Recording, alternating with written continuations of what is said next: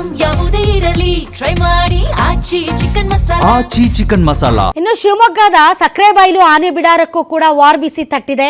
Gas ಕೊರತೆಯಿಂದ ಸೌದೆ ಒಲೆ ಮೊರೆ ಹೋದಂತಹ ಆನೆ ಬಿಡಾರದ ಸಿಬ್ಬಂದಿ ಆನೆಗಳಿಗೆ ನಿತ್ಯದ ಆಹಾರ ಬೇಯಿಸೋದಕ್ಕೆ ಸೌದೆ ಒಲೆನ ಯೂಸ್ ಮಾಡ್ಕೊಳ್ತಾ ಇದ್ದಾರೆ.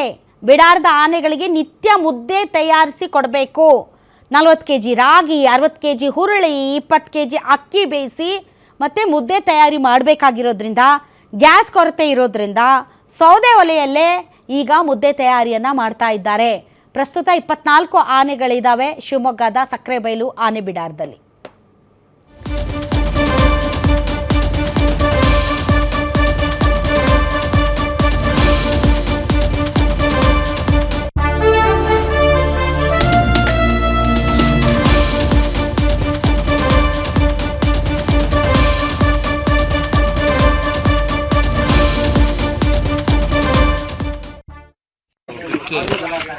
ಮೇಡಮ್ ಬಂದೆ.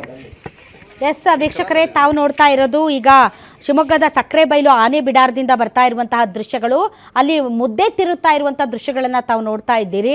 ಆನೆ ಬಿಡಾರಕ್ಕೂ ಕೂಡ ಈಗ ಗ್ಯಾಸ್ ಕೊರತೆಯ ಬಿಸಿ ತಟ್ಟಿದೆ. ಯಾಕೆ ಅಂತಂದರೆ ಪ್ರತಿನಿತ್ಯ 24 ಆನೆಗಳು ಏನೋ ಸಕ್ರೆಬೈಲು ಆನೆ ಬಿಡಾರದಲ್ಲಿವೆ.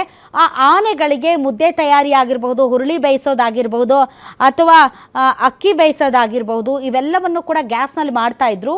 ಈಗ ಗ್ಯಾಸ್ ಕೊರತೆ ಇರೋದ್ರಿಂದ ಸೌದೆ ಒಲೆಯನ್ನು ಹಚ್ಚಿ ಈಗ ಆನೆಗಳಿಗೆ ಆಹಾರವನ್ನು ರೆಡಿ ಮಾಡ್ತಾ ಇದ್ದಾರೆ ಆನೆ ಬಿಡಾರದಲ್ಲಿರುವಂಥ ಸಿಬ್ಬಂದಿಗಳು. ಸೊ ಮುದ್ದೆ ತಿರುತ್ತಾ ಇದ್ದಾರೆ. 40 kg ರಾಗಿ ಪ್ರತಿದಿನ 40 kg ರಾಗಿ ಬೇಯಿಸಬೇಕಾಗುತ್ತೆ ಮತ್ತು ಮುದ್ದೆ ಕಟ್ಟಬೇಕಾಗುತ್ತೆ.